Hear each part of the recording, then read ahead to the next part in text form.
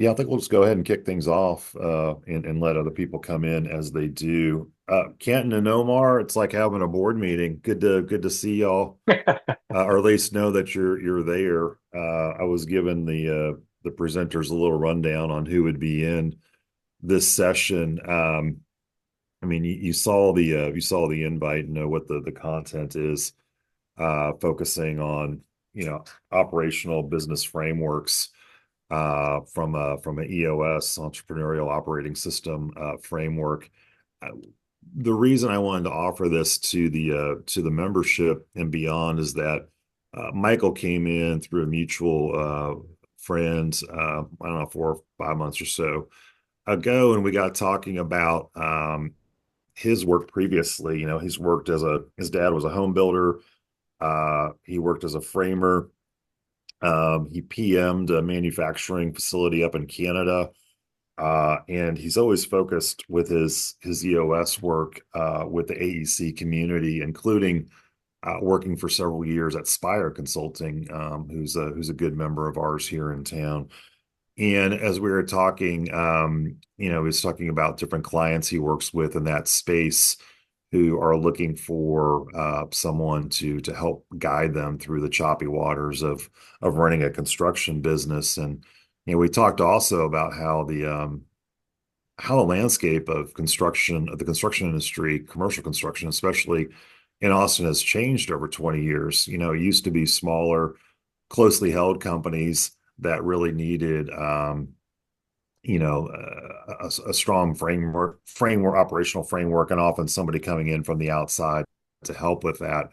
Now we have a lot of regional and national firms that bring their own resources from inside their company to help out. So all that being said, we thought it would be worthwhile to offer this webinar, and hopefully y'all will learn something from participating in it today. And if you want to continue your conversation with Michael, you can do so. Also on the call are Byron Attridge. Byron works closely as the EOS implementer with Michael and some of their clients. Then also we have Matt Lutz with Sabre Commercial, who has been a beneficiary of Michael's work. And Matt, you serve as the CEO visionary there for Sabre, and know what it's like to try and take vision to reality, and some of the stumbling blocks there. So Michael, I'll kick it on over to you and your team, and I'm going to listen in. I'm going to clock off my video, but look forward to hearing your comments today. Thanks.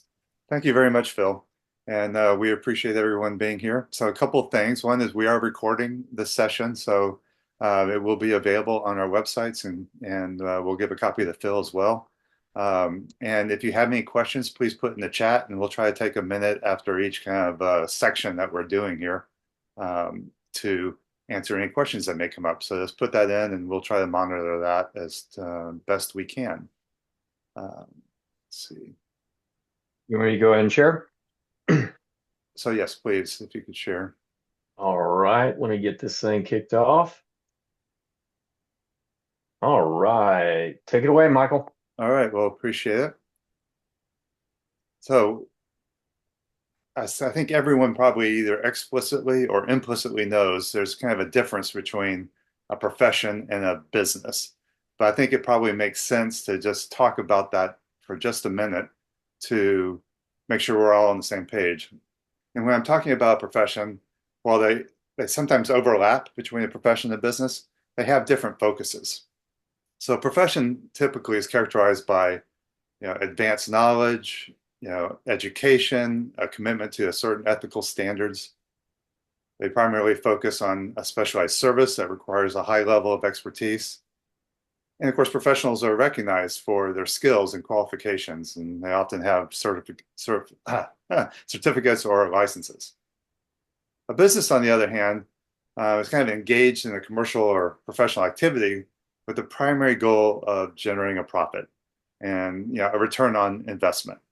And while businesses often employ professionals, the main aim is to create value for the stakeholders. And that could be through production or distribution and sale of goods and services. And the business operates under a broader framework that includes marketing, financial planning, operations. We can, all the different components that make a business successful. So that kind of gives you the overview of what we're talking about here. And as we're talking about a framework, it really would be the time to launch over into Byron, who's going to talk about business frameworks and specifically EOS. All right. So I'm going to apologize in advance. I'm having technical issues with my camera, and so you don't need to see me anyway.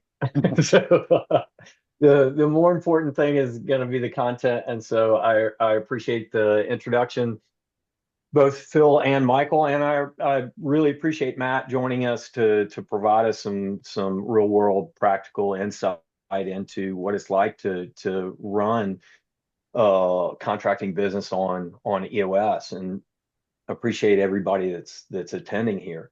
So real quickly, I want to talk a little bit about management frameworks in general, and then we're going to dive a little bit into EOS in more depth. And I say in more depth just to say that I'm going to go over the entire model very quickly and at a high level. We're not going to go super deep into each component and everything, but it'll give you enough of a taste so you can, have some context for the latter part of the conversation, where both Michael and Matt are going to be introducing, some ideas and some concepts on how this practically plays out. Okay, so frameworks, a lot of them out there that you can leverage in order to run a better business. Lean startup, business model canvas, total quality management, scaling up. I could go on and on. The one that we're going to focus on today is known as EOS, or the Entrepreneurial Operating System. And it's been around for almost 35 years. And it's just a simple set of practical tools to help you run a better business and have a better life. Most important thing I want you to take away from the discussion of the management frameworks is this. If you're going to leverage a framework for trying to run a better business in your contracting operation, choose one. If you try to cherry pick a bunch of different things from different operating systems or management frameworks and amalgamate them together into something of your own, it is a recipe for failure. And I've seen it time and time and time again. The people that try to do that end up failing epically because they have to go through the process of learning all the lessons of why these things don't fit together quite the way they should. So, moral of the story, pick one, choose one, do it with fidelity. If you get 3 or 5 years in and you've mastered it and nailed it dead to rights, then knock yourself out and try to make some improvements on it. But do one and do it with fidelity. Okay, so we're going to dive into EOS and talk about the 6 key components that will help you run a better business and have a better life. Now, the model that I'm getting ready to introduce you to with EOS stems from a discovery that Gino Wickman, the founder of EOS, made about 35 years ago, that all entrepreneurs and their leadership teams tend to wrestle with about 136 different issues that are all swimming around their head at the same time. And to the degree that you can strengthen the 6 key components of your business, all 136 of those issues just start to fall into place. They don't magically evaporate, but you understand where they're coming from, which enables you to get to the root cause and solve them permanently for the greater good of your business. So with that, I'm going to take you on a lap around this model that has your business at the center of it and introduce you to the 6 key components and the tools. On the second lap around, I'm going to introduce you to the tools that we use in order to strengthen each one of those 6 key components. So first key component of any great business is the vision component. It's about getting everybody 100% crystal clear about where you're headed and how you're going to get there. All right. Everybody in your organization, top to bottom. And in order to run a great business, you got to get everybody paddling in the same direction. That doesn't happen by accident. You got to be explicit about it. Second key component of any great business is great people. All right. We got to get the right people in the right seats. And what it means to be great people in your unique organization is not going to be the same as any other organization. Okay. Even in the same industry, it's not the same. So we have to define what it means to be great people in your organization. Third key component of any great organization is a data component. It's about learning how to run your business on objective facts and figures rather than the feelings and emotions and subjective opinions that tend to drive a lot of the decision making in entrepreneurial businesses. Doesn't mean you abandon your gut. It just means you inform your gut with some data. All right. Now, an interesting thing happens when you strengthen the vision, people, and data components of your company. It's like shining a big bright light on the entire organization that goes down in all the deepest, darkest corners. It's where all the dust bunnies live. It makes them jump out at you. It's, a little bit scary at first, but the honest God truth is that's what we want. We want those issues to get out in front of us and everybody explicitly, so then we can prioritize them and decide which ones are need to be solved and are going to be solved in any given period of time in order to keep moving forward. Because if you don't get good at this, those issues are going to prioritize themselves and they're not going to do it well. All right. They're going to be doing it by what's screaming at you the loudest, which isn't necessarily what's most important for you to solve. So, next key component of any great organization is the process component. It's about getting all the most important stuff in your business done the right and best way every single time. Creates consistency and quality and scalability and profitability. All those things that you want in your business makes your business a lot easier to run and a lot more fun to run. Last key component of any great organization is the traction component, where we take that vision and we wrestle it down to the ground and execute on it with discipline and accountability day in and day out. All right. It ensures that you're going to be making 3 yards on every down. Okay. That you're going to be moving the chains every series. You got to get consistent about your forward motion and not be trying to do trick plays and Hail Marys, but continuously getting traction. All right. So that's the EOS model. And the objective behind this is to get you to 80% strong or better in each one of these 6 key components. Why? Well, because most businesses, if they succeed at all, they're succeeding somewhat in spite of themselves because they operate at 20% strong or less in each one of these 6 key components. So our objective is to get you in that 80% or better zone so you can run a better business and have a better life. So how are we going to get stronger in each one of these 6 key components? So I'm going to introduce you to a number of tools that we use, a core set of tools that we use in order to do that. We start out to strengthen the vision component. We're going to start out with 8 simple questions that are part of a document that we call the VTO, or Vision Traction Organizer. And the 8 questions correspond to the 8 sections of the VTO. This is essentially a 2-page business, model document.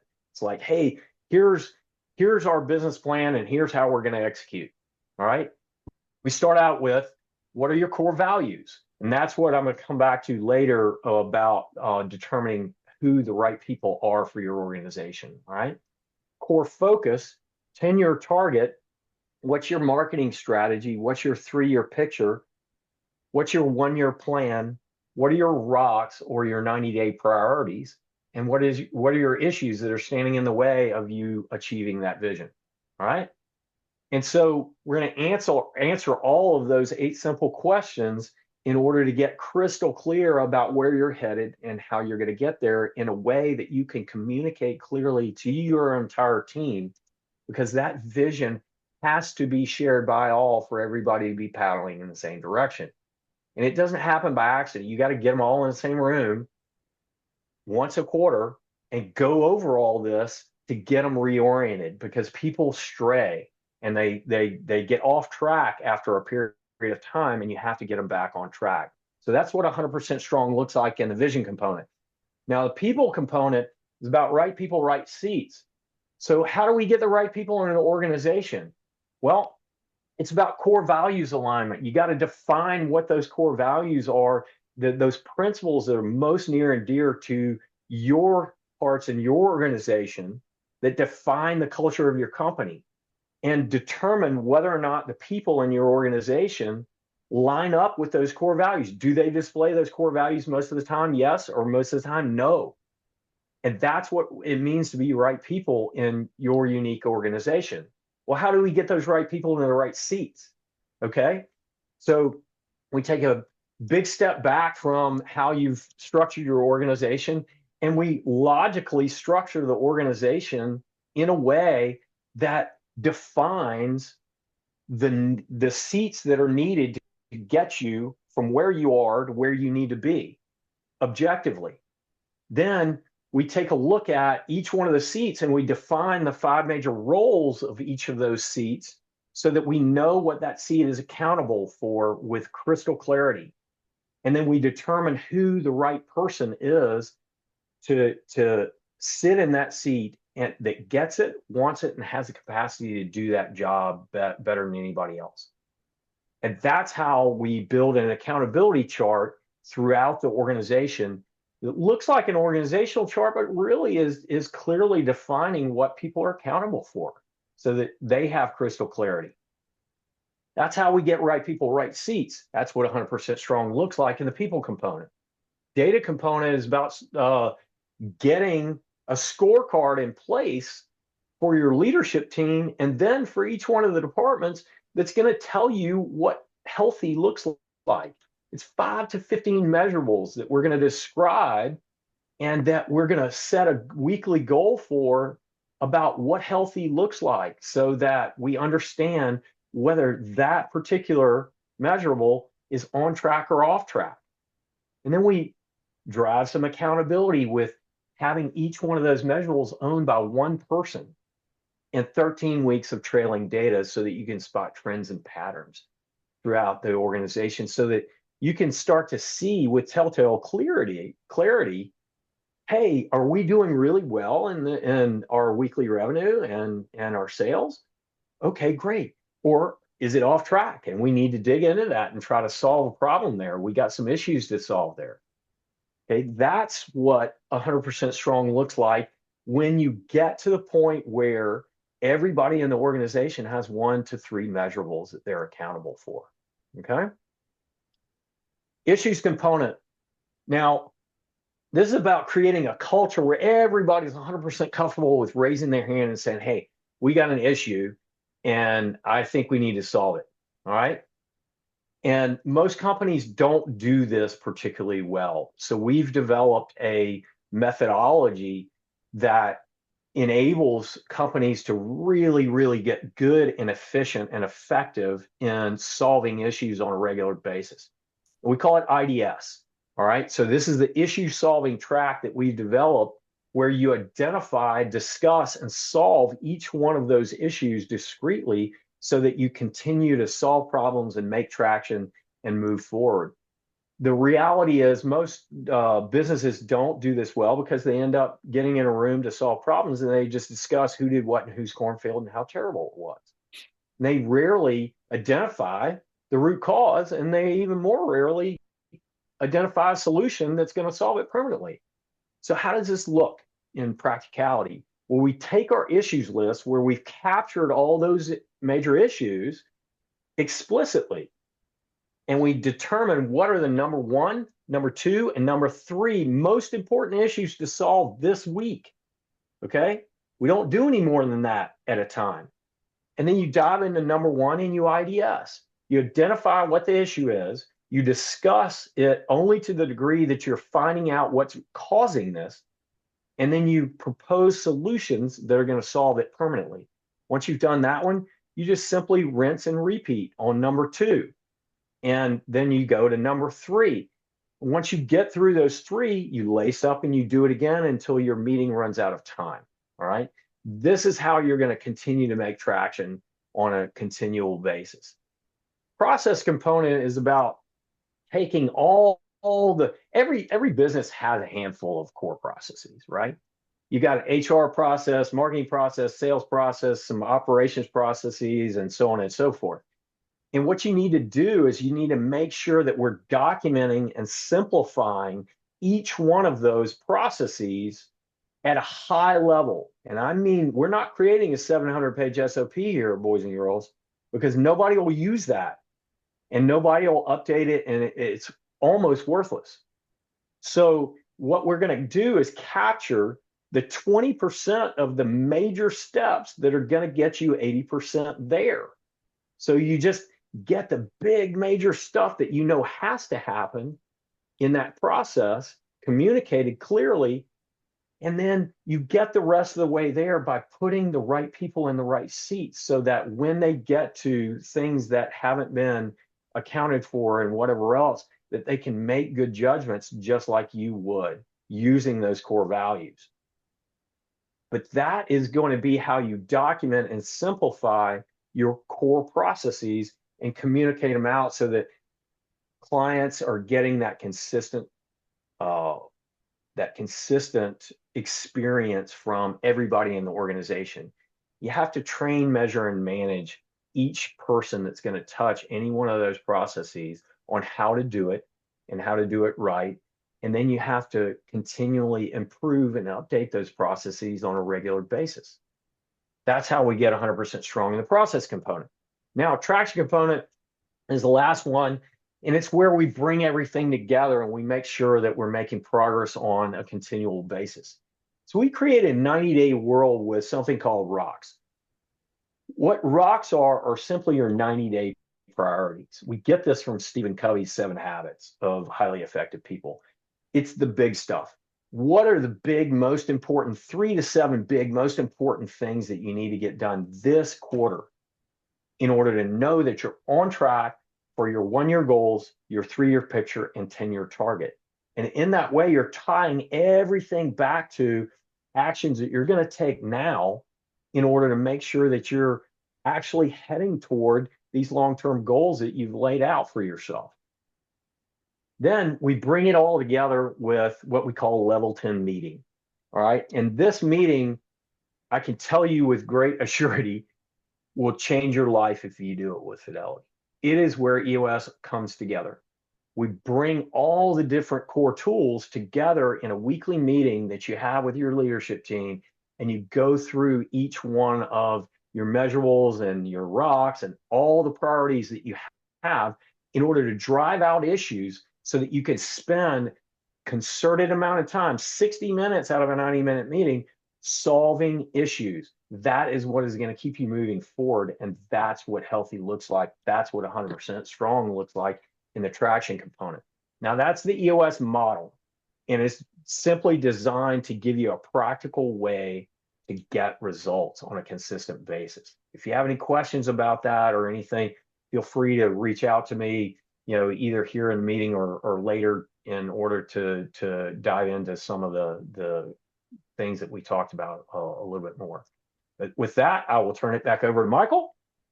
All right, thank you. Apologize for going so fast, but I wanted to make sure that everybody had an opportunity to hear from some practical experiences that Michael and Matt have had with EOS. Thank you very much, Byron. Are there any questions on what he just covered? Feel free to put it into the chat and we'll get it up. There's no questions at the moment, but feel free to jump in. Okay. Well, so we're going to move on to kind of the next part, which comes from what Byron just talked about was the what of EOS. And what I'm going to talk about a little bit is the who of EOS, at least the very top part. And this all stems from a book called Rocket Fuel. It was the follow-up to the book Traction that Gino Wickman wrote about 15 years ago. And Rocket Fuel was written by Gino and Mark Winters in 2015, and it really dives deep into the two main roles of how you manage EOS. Why don't we go on to the next slide? And just a quick picture of that book, Rocket Fuel. There you go. And this talks about, those two key roles for successful companies. And one is the visionary, and the second is the integrator. So the visionary is typically the founder or the creative force behind the company, and they're responsible for setting the overall vision or the strategy and the direction. And visionaries have characteristics like innovative and passionate and forward thinking, but at times they struggle with the details and execution. Through research that was done and brought out in the book, Rocket Fuel, about 20% of the US population have visionary characteristics. Now, the second person is the integrator, and this person complements the visionary by translating the vision into actionable plans and ensuring that the business runs smoothly on a day-to-day basis. Integrators have characteristics like, managing people, focus on processes and operations, and bringing stability and focus to the organization. And research on this indicates that about 5% of the population have integrator characteristics, and about 1% of the population have both. So that's why Gino talks about, okay, it takes the two together to really, make the processes such that you can grow. And, this is a case where 1 and 1 doesn't equal 2, but maybe equals 5, 6, 7, by having people focusing on what they love to do and do well. And then the things that they don't love to do is passed on to the person that does do that. So when the two roles are effectively paired, it creates a really dynamic, growth and business drive for the company. So I think that you can kind of see in this slide where the jigsaw puzzle, and it illustrates there's an interlocking relationship between the visionary and the integrator and the business itself. So a great relationship works as closely together as two puzzle pieces where, there's a unique fit. And this can take time to nurture. So, you want to make sure that you're giving it the both resources and the time necessary to make this go as well as possible. The visionary and the integrator work together effectively as partners, if not actual partners.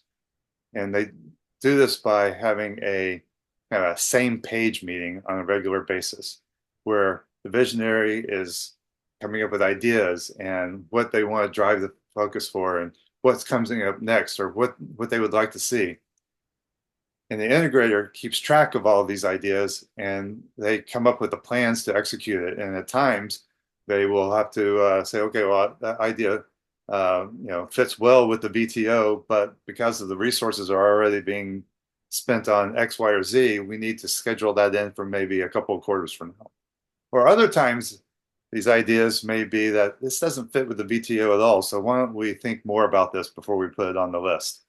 And sometimes, it helps focus the visionary on the ideas that, are going to meet those 3-year objectives in the 10-year targets.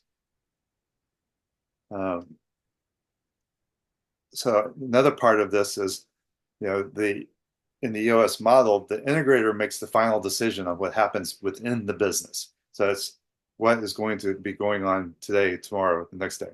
The visionary primarily works on the business, thinking about where the business is going, and they focus on the things that they need to see happen to make the business grow over time. So you can think of vision as visionary as growth, and the integrator is to do.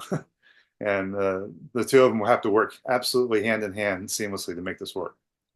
Now, like all relationships, sometimes it doesn't work out. So it's critical to be patient and learn from what did and didn't work. And there may be a case where there's someone else that's going to be a better fit with the puzzle.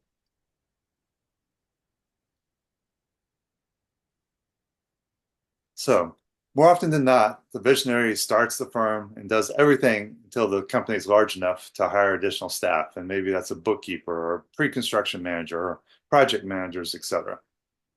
So I guess the question is, when is the right time to bring on an integrator? And so let me back up and say, well, here are some of the things I hear from visionaries that I know that the time may be right to be thinking about bring an integrator to fill out the management of the company. So things I hear are, oh, I've hit a ceiling and I can't work the hours that's going to be required to grow further. You might be at a $5 million level and you can't get past that. Well, you may need an integrator.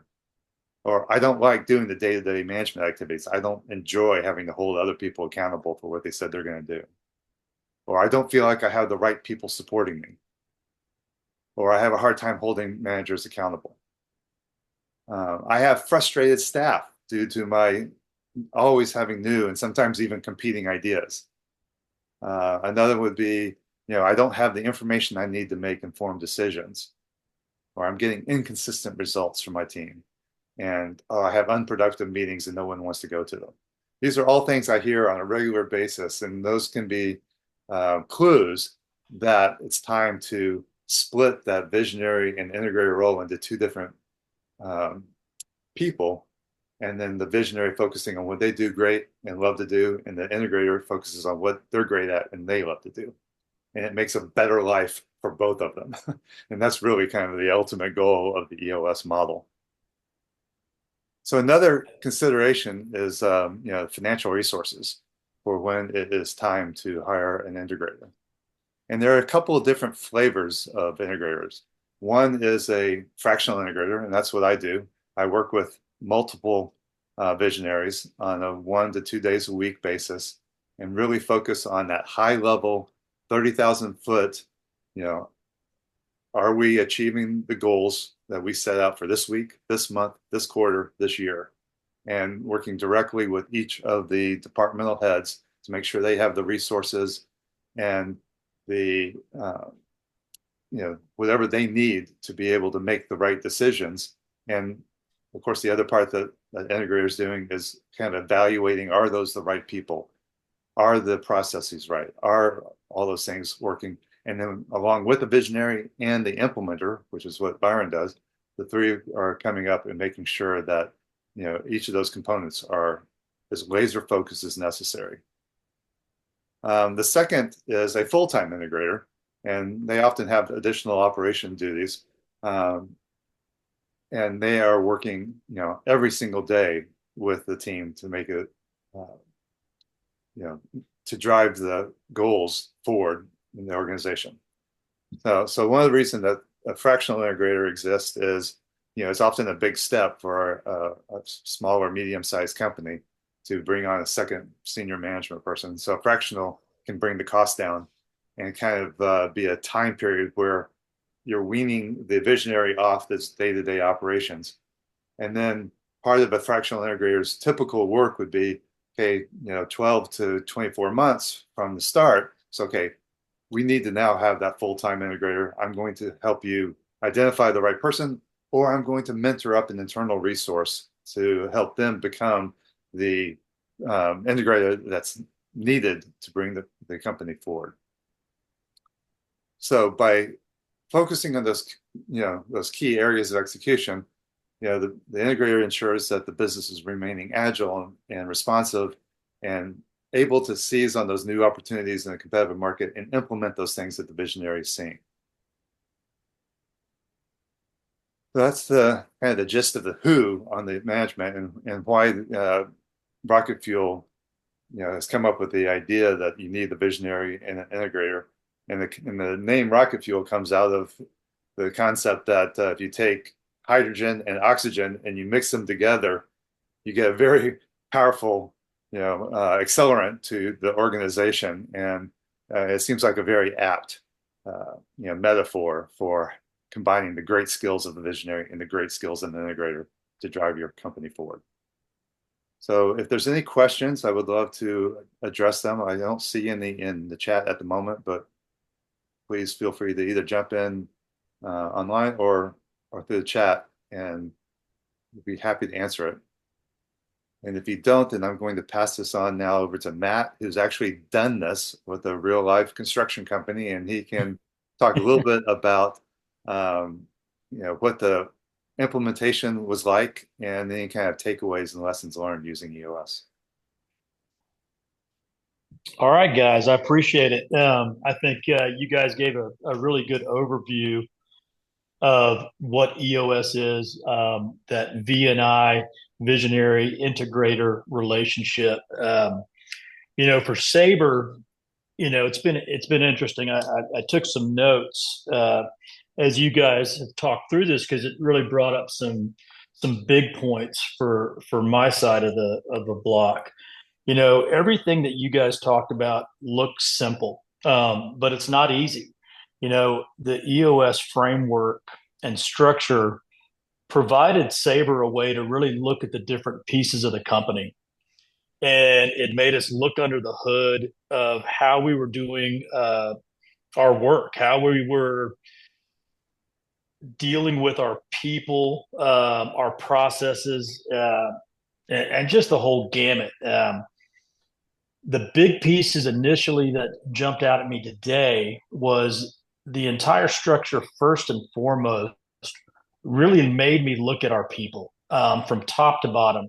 And we use this term RPRS all the time within the organization, and it's the right people in the right seat. And that's from top to bottom. We've had leadership changes, we've had mid management changes. And it's due to the framework of EOS that really made us look at how our people were operating. Were they following our core values? Did they get it, want it, and had the capacity to do their job effectively?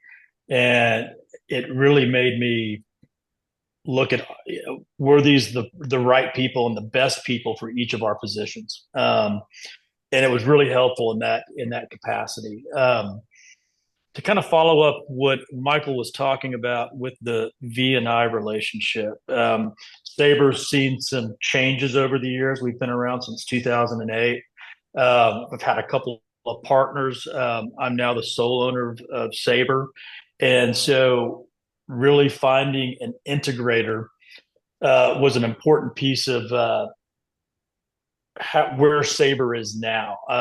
I do find myself a visionary, and there's pretty big definition, and there's a lot of characteristics to what that visionary looks like. I look for shiny things all the time, and having a good integrator, a guy that can execute, and to be honest, kind of keep me on a leash at times is extremely important because, yeah, I can go down a wormhole faster than anyone. And that relationship is extremely important. And I know Michael brought up being on the same page, having a same page meeting. Um, for us, that same page meeting, we do it once a week. We talk really about things from top to bottom, and then during our L10 meeting with the rest of the leadership team, he's effectively trying to get out there and execute the things, the ideas, the issues that we see through that L10 and to the rest of the company. So, I think within construction companies, you can really have a successful company.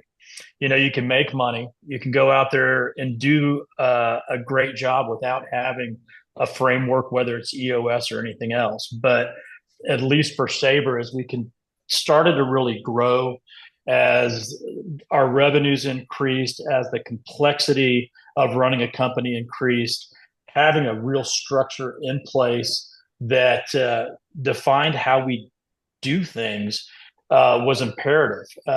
We grew, we got close to 100 million pretty quick in our lives without having any kind of management, any kind of real structure there. And it was a tough road. And now that we've got something there, I feel that we have the ability to scale in a much different way, a much more managed way. And I think for a lot of people looking for that internal help, this is a great way to do it.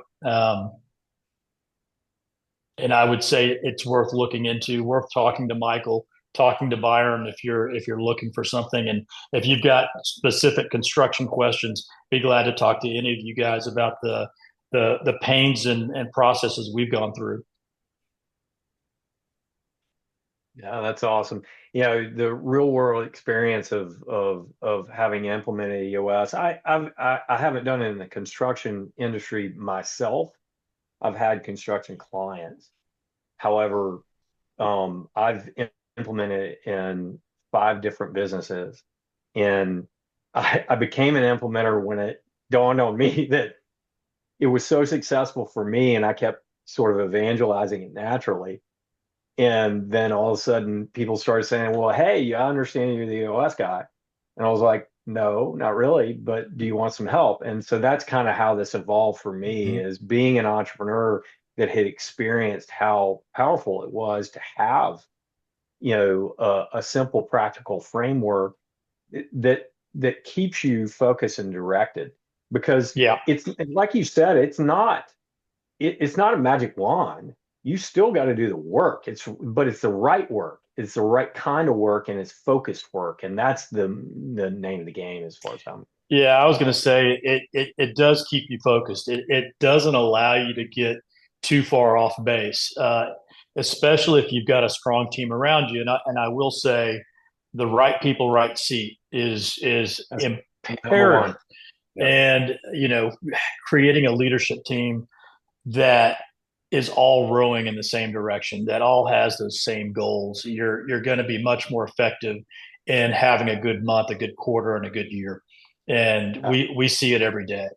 The L10, again, it's even creating a framework for your meetings, which, yeah, gosh, I've sat in many a meeting prior to EOS where you're everywhere. Nobody's advancing a goal and fixing an issue. You're just chatting. You're yeah. just bitching. And this is really a way to make you focus on the root cause of the issue. Figure what is really the problem here, and how are we going to effectively solve it. Yeah, and that That's was my it. experience too. I've had 30 plus years now of operations and financial management, and it was an aha moment for me when it all fell into the EOS framework. For some of the same things, it's like usually there's a half a dozen paths to get to any location, but if everyone's on the same path and they're walking in the same direction, yeah, you can get there a lot faster than going in different directions on different paths. And then it creates a common vocabulary that everyone's talking within the organization and they know what they mean by certain words. Where a lot of times, if people coming from different companies, they might make an assumption on what word means, and it's not always exactly the same. So having a common vocabulary, having a common framework can make a huge difference in, the acceleration of. Over the place. And the reality of what Michael was saying is that, hey, it's not just about understanding it intellectually. It's about making sure that we're executing on that and we're staying focused on the same things together. Mm-hmm. So, Michael, sorry we lost you there for a minute, but Yeah, sorry I, about I that. I tried to keep the ball moving forward. I appreciate it. All of a sudden, you guys disappeared, and it's like, okay, well, maybe you hate me. Technology. Yeah, so Sometimes you're friend, sometimes you're enemy. for sure. But one of the last things I wanted to say though too is using the framework of EOS. Your company's always evolving, and this forces you to continually look at where you're at today and where you want to end up tomorrow. And that that has a lot of implications. That could be your people. Who do you have working? Are they still relevant with where you are and where you're trying to go, uh, as well as just your overall goals? So there's a lot to it. I think that's a really good point too, because the right people, right seat changes over time. It does. Sometimes people max out at their ability at, $10 million revenue, and other times it's Yeah, 100 million, or other times it's a billion.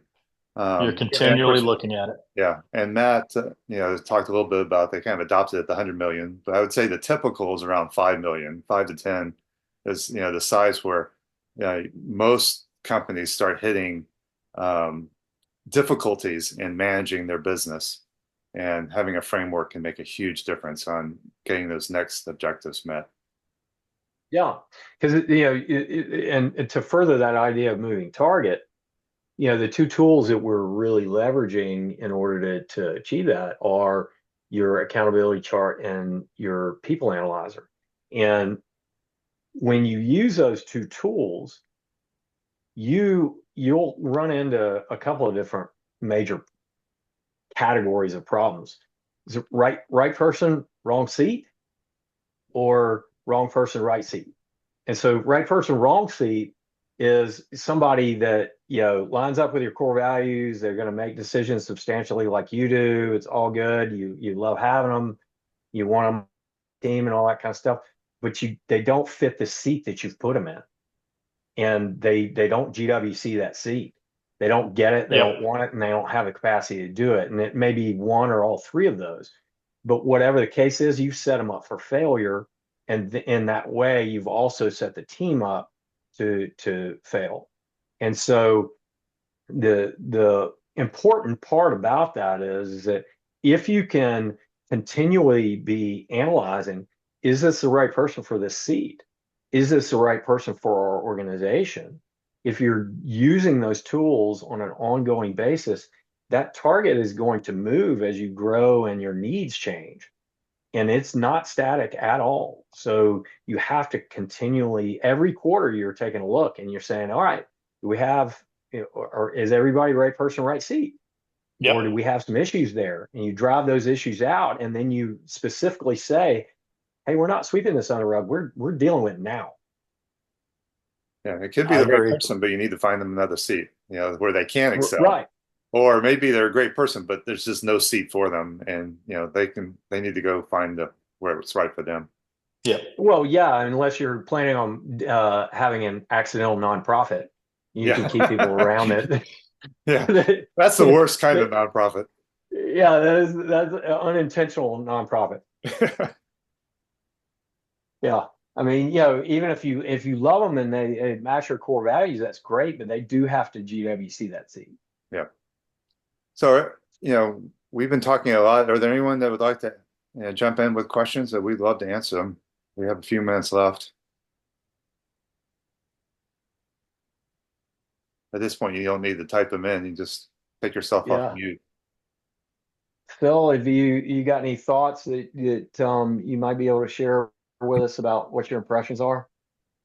Yeah, I'm really enjoying this. I've actually learned quite a bit. I'm not on the front lines of running a construction company, but I get an opportunity to hear a lot of anecdotes and whatnot. And I think y'all have kind of answered what I've been thinking about, but I'll just go ahead and pose the question. I know a lot of people who are skilled at doing construction, and maybe they leave a company and they say, hey, I can do this on my own and make a lot more money. And they start doing that, but things just get really out of control really fast. And, Matt, you talked about having struggles. I mean, we could talk about companies that have imploded, and Absolutely. One of I've been listening to these stories for 25 years, and the common thread is usually, hey, I want to get big. We're only at 5 million, and the ego gets in the way, right? And that's right. You can see it coming. If I can see it coming, you guys clearly see it coming from a million miles away. But I just comment on maybe some, you don't have to name names or anything like that, but some of the anecdotes that you've seen and how that kind of plays out. I mean, what are some of the symptoms that people should be aware of before they get a full-blown case of going bankrupt? Well, let me chime in and create a little context. And this is going to give you a kind of a why that happens. Because most people don't realize why, the frameworks are so powerful in creating positive change. And the reason is because, all right, let's say you have two people in an organization, all right? So I'm going to try to model this out for you, or maybe we'll, if y'all can see me, the basically you got two people, you got two lines of communication there, one going each way, right? If you add a third person, how many lines of communication do you have? You go from 2 to 6, Okay, because you got one here, you got one here, you got one here. So you've gone from 2 to 6. If you add a fourth person, how many you got? 12. Okay, so now you have 12 lines of communication. You've got a 100% increase in the number of people, 2 to 4, and you got a 500% increase in the amount of communication that has to take place in order for things to happen. So that right there should tell you why these types of frameworks are really so important and so powerful, is because if you don't get disciplined about how you're communicating and how you're interacting and how you're getting people on the same page, then it just gets out of control in a skinny minute. And for every person that you add into that organization, your complexity is going to go up geometrically or exponentially. Does that make sense? Does that touch the nerve, Phil? Yeah, it does. I mean, from a communication standpoint, I guess. But I'm kind of drilling back a little bit Okay. further, like, sort of like the psychological route. I mean, what do you see this more in construction? I mean, you have to have an ego to start a construction company. In that, I don't mean that in a negative way, but just like you have to really believe in yourself. You got a lot of money and a lot of people, a lot of trust you're putting out there, and you got to really believe in yourself that you're going to get the project done, on schedule and on time. And um, again, I've just seen a lot of people who think, "Hey, this is pretty easy," and things get in the way. Sometimes they're personal things. I remember talking to a guy. He started his company, and he said the biggest advice I give to people start a new company is like, if you're a young guy, don't go out there and get the flashy truck and the flashy lifestyle and leave your wife behind and find a new, you know, squeeze or whatever. He said, I've just seen that just things get out of hand because of the kind of the ego of the person running the company. I don't know. Yeah, I mean, I Well, think No, yeah. I mean, I'm just kind Go of ahead. curious, like what are some other things that you see out there? I mean, you have like a real life example of someone you saved from the pit of bankruptcy, or not, maybe. I don't know. 'Cause Yeah, I'll let I you like the guys comment on theoretical it, but stuff, but I like I've the got true plenty of experts. examples, but I want Michael and Matt to chime in. I mean, Phil, I can talk from personal experience here. I've had a couple partners who I love to death, and I think this latest go around with Todd, who I bought out here recently. I think EOS, it just brought to light some differences in how we thought a company should even be run. And I'm not saying my way is better or than Todd's, et cetera. But again, I think a lot of what EOS does is brings things to light, and sometimes it's stuff you've swept under the rug, et cetera. But it forces you to look at yourself in the mirror and look at the company in a mirror, so to speak, and figure out how to do a better job. And so much of it is again same page, being on the same page, whether it's with your partners, with the guy cleaning the office. I mean, everybody's got a role within the organization, and if you're getting pulled in different directions, and if your company is not hearing the same message, you're going to have a lot more difficulty being successful. And you talk about the stuff that's indicative in construction. I mean, absolutely. I mean, you've seen it, whether it's GC, the subcontracting community. A guy makes a little bit of money and he buys a big truck and a boat, and it's not necessarily the smartest thing to do. What I would suggest is maybe spending that money, creating some structure, getting a strong person on board that can help you make the dream come true. Because we struggle every day. None of this is magic. It's real work, and it's I don't look at Sabre being successful. I look at us being an ongoing concern, and hopefully we'll be here 10 years from now. And it's I know it's going to take more work. yeah, Built I to think, last. hey, Phil, the only thing I would add kind of gets back to the original premise where we started was going, to address your talking about someone going out on their own. You know, it's usually very product specific. They're thinking about, oh, I can provide this service better than someone else, and I can make the money. But they probably haven't had a lot of, team management experience or setting up scorecards or, all those things, or, sometimes they'll say, well, I don't have an MBA, but I do have an MBA and I still didn't really learn management in my MBA process. It's, Here, here. I feel that. yeah. So, I learned to analyze financials, great.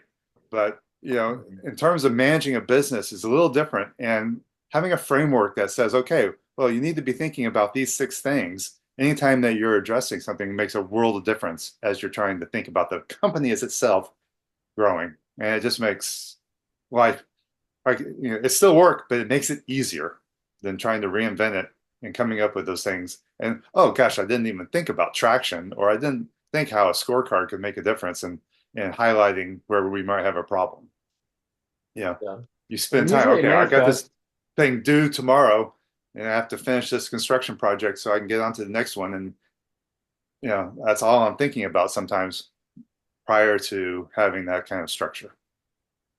And the to take that concept a little bit further, you know, like was mentioned before, when you get started, it's you and you're wearing all the hats. And then you get some people on board, they start doing stuff and whatever else. And but everything's still channeling through you until you start intentionally building an organization that can scale and grow. Yep. And if you are the single conduit through which everything has to happen, that does not scale and it breaks. And it will break epically if you stress it too much with a ton of people that are all reporting through you and everything has to go through you. And that's usually how I have seen in practical instances, contractors and construction companies and things like that fail. Is usually it's because there's one guy and everything's going through him, and it's not sustainable. Or even if they don't fail, they can't grow because that person only has so many hours in a day. True. Yeah. No, I think Byron, you talked about, taking one system, EOP, or I forget the other one you mentioned, and sticking to it. And I run a trade association, right? So I'm a trade association professional, not a contractor, doing things every day on the front lines, like our members are doing. But I appreciated a lot of the things that y'all have hit on. I've picked up a little bit here, a little bit there. I mean, maybe it's at a convention or conference I went to. Maybe it's from a TikTok video, interviewing somebody who's a successful business person. But I appreciate how what you're talking about is putting it all together in one playbook, so nothing's left behind, and um, you have a playbook really. So I was thinking about it's got to be some sort of sports analogy. You just don't get 20 or 11 people on your football team and say, hey, you all look like me. And I think, we have a good esprit de corps. Or let's go out there and win. I mean, you're going to get crushed. You might have a little bit of success here and there, but you got to have a plan all across the board and know exactly who's making the decisions. And the head coach, the football team doesn't make all the decisions. You have all the extra coaches and a lot of noise out there, people yelling at you, telling you what to do. And you need to have that playbook or you're going to get mowed over. So Absolutely. yeah, this was really helpful for me. I'd be curious, some of the folks on online. I know some of the things you're thinking about probably a little close to home, and maybe you don't want to do a full reveal of what keeps you up at night. But I think this, one more comment. This goes to the heart of our association. I always say that we have companies that are competitors, but at the end of the day, we're all similar. We're in this weird space where you're squeezed between the owner and all your subcontractors. And if you own the company, you're squeezed by your employees and they're giving you a lot of pressure and it's a tough job. So when we come together as an association, it gives us sort of this nest or this kind of safe place to talk about things that are challenging us and hopefully come up with some solutions that may be helpful. I always say that,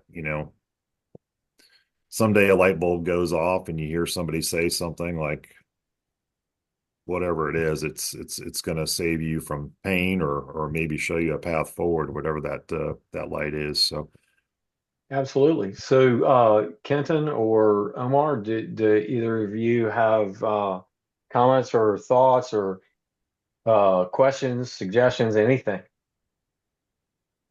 yeah, I know a few other folks Looks were like on Omar board. Yeah, has something that Omar. Candace and David were on as well. So any thoughts?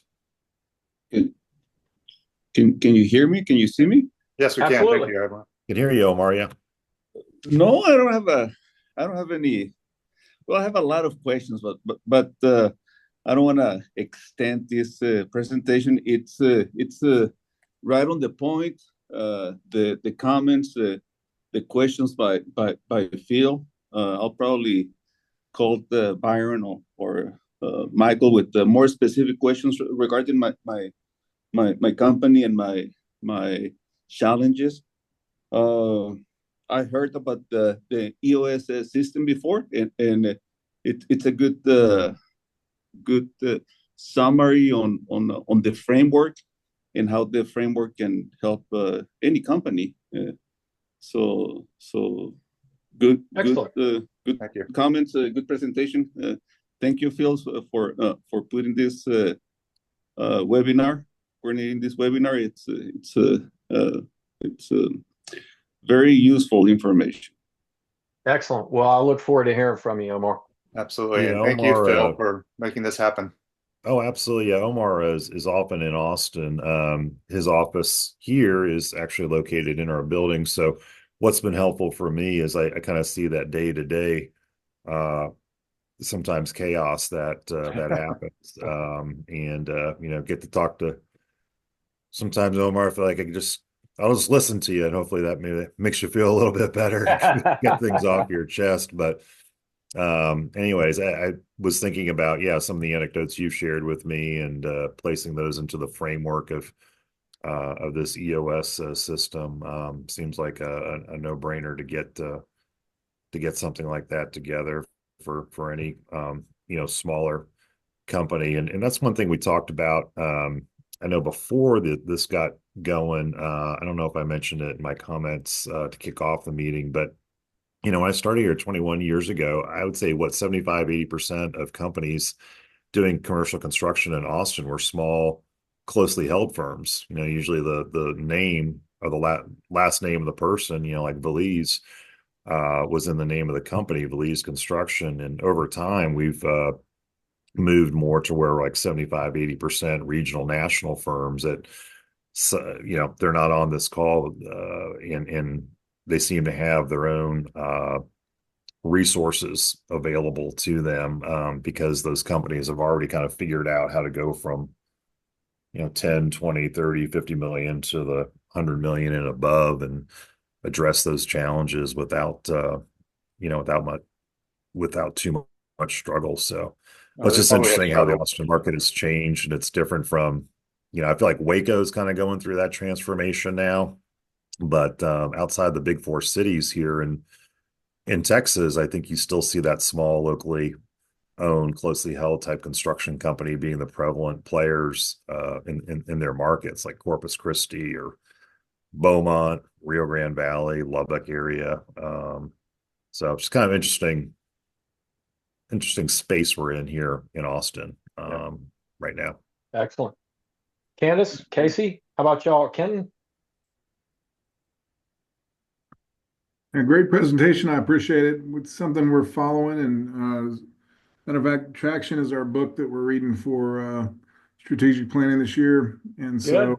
this is a great introduction. And I've got several peer group members that are following EOS and have been watching how they're implementing it. And so appreciate y'all's take on it. Great presentation. Well, appreciate it. And Absolutely. feel free to Well, reach we out to us. appreciate you coming. Yeah, and we're all about help first. So Thank you. All right. Candace, Casey? So I'll just second what Kenton said. Same company as he is. So it was just really enlightening to hear from all of y'all. Great information. So appreciate y'all putting this together. Awesome. Our pleasure. Well, thank you so much. I know we run over time a little bit, so we appreciate you hanging in there, and we enjoyed being able to talk to you. Excellent. Yes, definitely. Thank you again, Phil and Michael, for pulling this together, and enjoyed meeting you all, and hearing a little bit about what you guys were experiencing, and what you thought of it and everything. And so I'll look forward to hearing from anybody that wants to talk a little bit more about it. Yeah, same We here. got the Thank you. recording available. I'll make that available on our social media, maybe a newsletter post as well. So Perfect. And thank you, Matt, for giving real world examples. No, my pleasure, guys. No, it was great. It honestly made me kind of rethink everything that we're doing, and gave me just a little bit of a different perspective, because I'm not this far removed from it. I'm in it every day, so this was good to kind of get y'all's take and hear what you guys were working on. So I appreciate it. Fantastic. Awesome. Guys, have a great rest of your day. Thanks, Excellent. guys. Thank you. Bye. Bye.